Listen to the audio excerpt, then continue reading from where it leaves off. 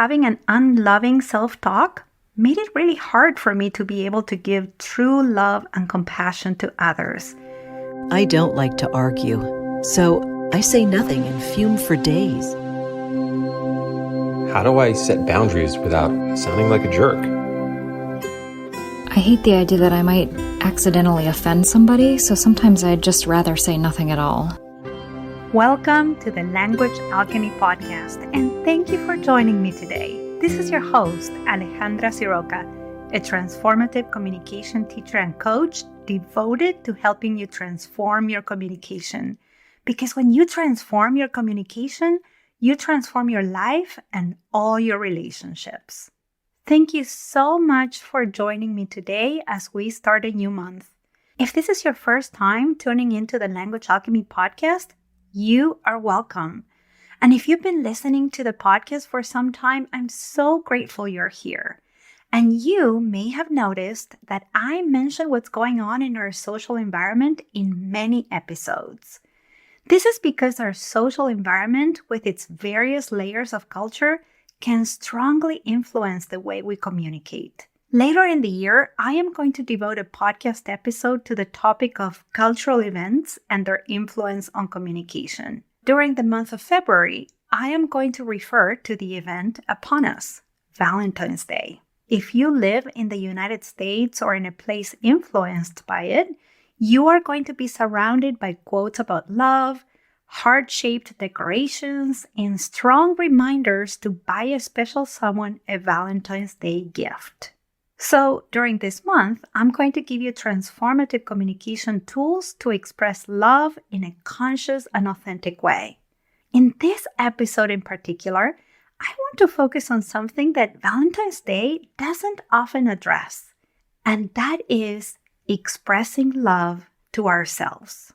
Yes, Valentine's Day is all about expressing love to others, and of course, that's a beautiful and necessary component of thriving conscious relationships. At the same time, we also need to nurture the relationship with ourselves and learn to express love to ourselves. Because, like many of us, you may be inclined to be very generous expressing love to others, but as you listen to this episode, you may notice that you may be stingy expressing love to yourself. So let's talk about this.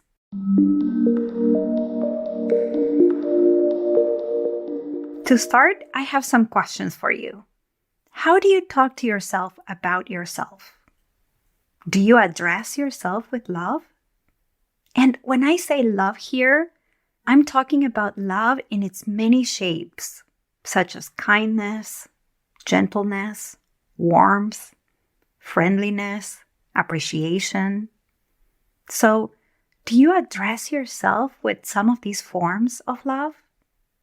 Or do you criticize yourself when you make a mistake? Do you blame yourself for your simple human limitations? Do you scold yourself when maybe you couldn't be available to someone who needed you because you had to tend to yourself and your needs? If your answer to addressing yourself with love was no, and your answers to the questions of criticizing, blaming, or scolding yourself were yes, then this episode is going to be really useful for you. And it's true, we can be so tough on ourselves. I know it firsthand, and later in the episode, I'll tell you about one of the self-criticisms I need to keep in check. I'd like you to know that if you are harsh on yourself when you talk to yourself in your internal dialogue or when you talk about yourself with others, you are not the only one. In fact, let me share a story I heard once.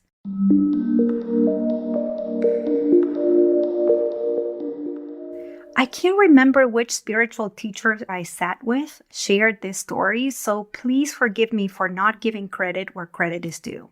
The story I heard was about one of the first meetings that His Holiness, the 14th Dalai Lama, had with neuroscientists and meditation practitioners from the Western world. That was circa 1987, so we're talking about 36 years ago. In this meeting, the Dalai Lama was answering questions after he had given a Dharma talk on love and compassion. A woman asked the Dalai Lama if he had any advice about working with the inner dialogue when the inner dialogue was taken over by harsh self-criticism. Through his interpreter, the Dalai Lama asked the woman to clarify the question. He didn't really understand what harsh self-criticism was, so he asked her for some examples. So the woman shared some of the criticisms she would often say to herself in her internal dialogue. When the Dalai Lama heard this, he asked her, "Do you say these hateful things to yourself?" And the woman, in a matter-of-factly way, said, "Yes, and I'm not the only one." So the Dalai Lama looked at the audience and asked, "Do you also do this?" And all the Westerners nodded. Upon seeing this, the Dalai Lama looked down in silence and started to weep. He couldn't understand why we would communicate to ourselves in these harsh ways and inflict so much suffering on ourselves. After wiping his tears off his face, the Dalai Lama said to the woman that his advice for everyone who had this experience was to learn to extend love and compassion to oneself. He said, extending love and compassion to yourself is the way to be able to give true love and compassion to another.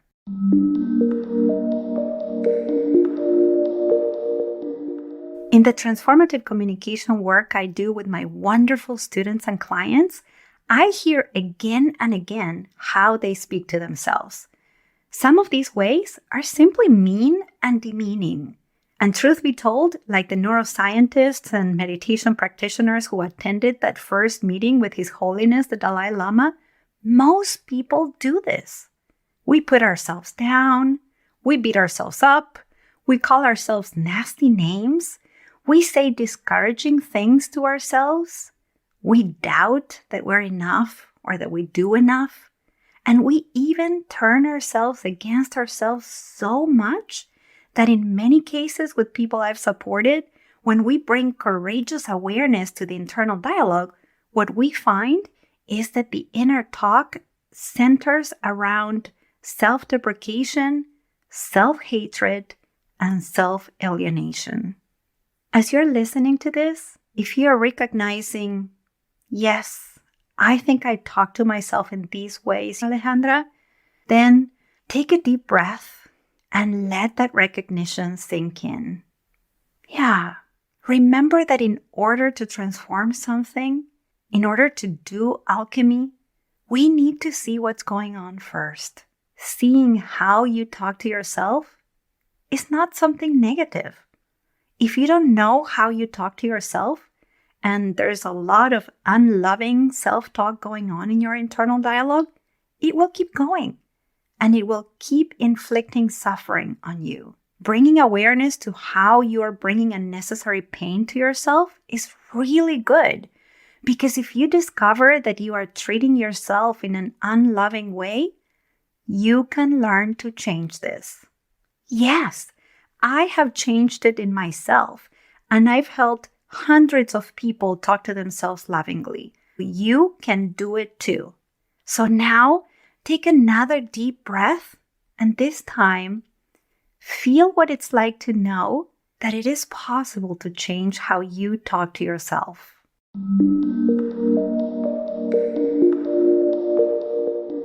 I know this for myself. For a long time, I worked on something I found on my internal dialogue, and that was the habit of calling myself lazy. I came from two parents who worked a lot. When I was young, they both had big and demanding jobs in their professions, so I grew up with the belief that if I wasn't working a lot, I was lazy, until I burnt out. I burnt out when I was a university student because I was enrolled in 2 master degrees simultaneously. I later burnt out when I was a public school teacher working with kids from around the world who had a lot of trauma. Then I burned out when I was working full-time as a translator and interpreter, and I was getting my third master's degree. And all these times when I experienced burnout, how unloving my internal dialogue was, that I was constantly calling myself lazy, and I wasn't aware of the impact that it had in me. And as the Dalai Lama said to the woman in the story, having an unloving self-talk made it really hard for me to be able to give true love and compassion to others. Because when I perceived that those around me were not working hard, I would also judge them as lazy. But I changed this. And the reward came towards the end of 2022, last year, when I was heading towards burnout. But thanks to how I learned to keep my self-talk in check and how I learned to lovingly listen to the communication happening in my body, I was able to slow down, to ask for help, to give myself the time and space needed to rest, and to make radical changes in my schedule. And as my communication with myself became more loving through the years, my communication with the people around me also became more loving.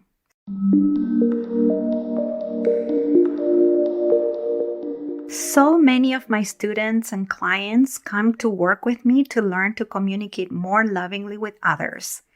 This is usually when they've received feedback from others that their communication lacks compassion, understanding, gentleness, kindness, warmth, friendliness, or empathy, right? The various forms of love we talked about earlier. And when these forms of love are lacking in their interactions with others, during the course of our work together, we find that they're also lacking in their self-talk. To be able to appreciate others and give positive feedback, to have the ability to forgive others for their mistakes and their limitations, to be able to hold space for others and listen to others, we need to be able to communicate lovingly. And it's extremely hard to do this with others if we don't do it with ourselves.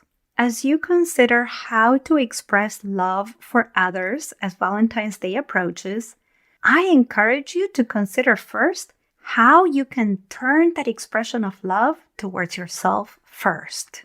And to do that, I'm going to give you some homework.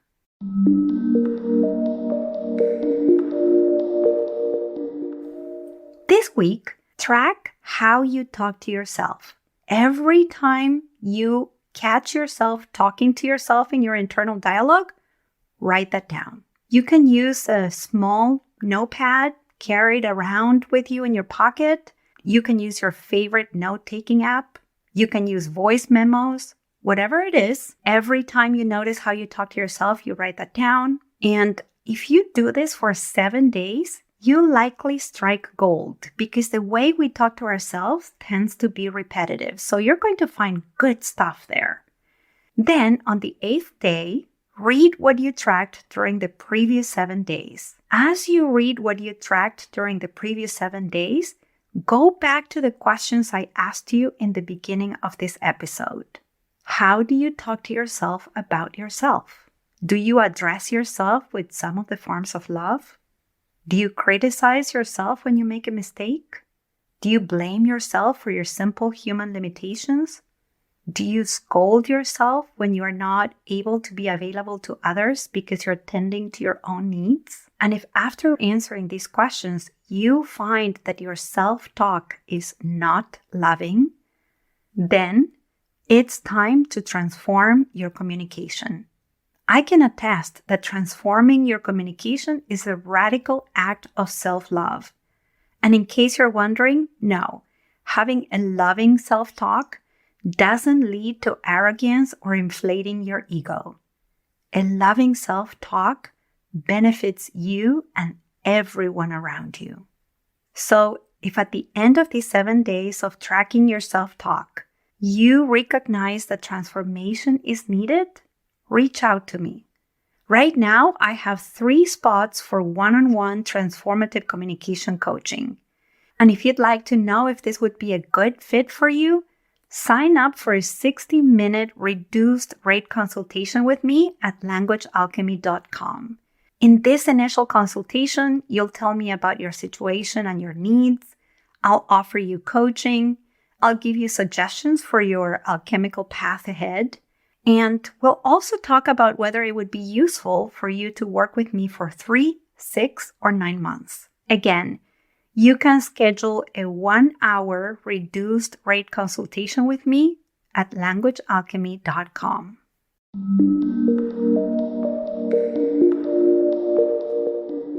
And now let's recap what you've learned in this episode. As Valentine's Day approaches, I focused on communicating love to yourself. I asked you some questions to bring awareness to your internal dialogue. I shared a story I heard from a spiritual teacher. I described some ways in which we talk to ourselves unlovingly. I explained the impact of unloving self-talk in our communication and also how it affects the interaction with others. I gave you an example from my own life and shared how I worked with it. And I left you with some homework and also an invitation to work with me in one-on-one transformative communication coaching. Stay tuned because next week we're going to talk about how to express love consciously and authentically with someone who's been in our life for a long time. Thank you so much for listening. Until next week, and as we say in Argentina, ciao ciao! Original music by Gary LaPau. You can find all links in the show notes at languagealchemy.com.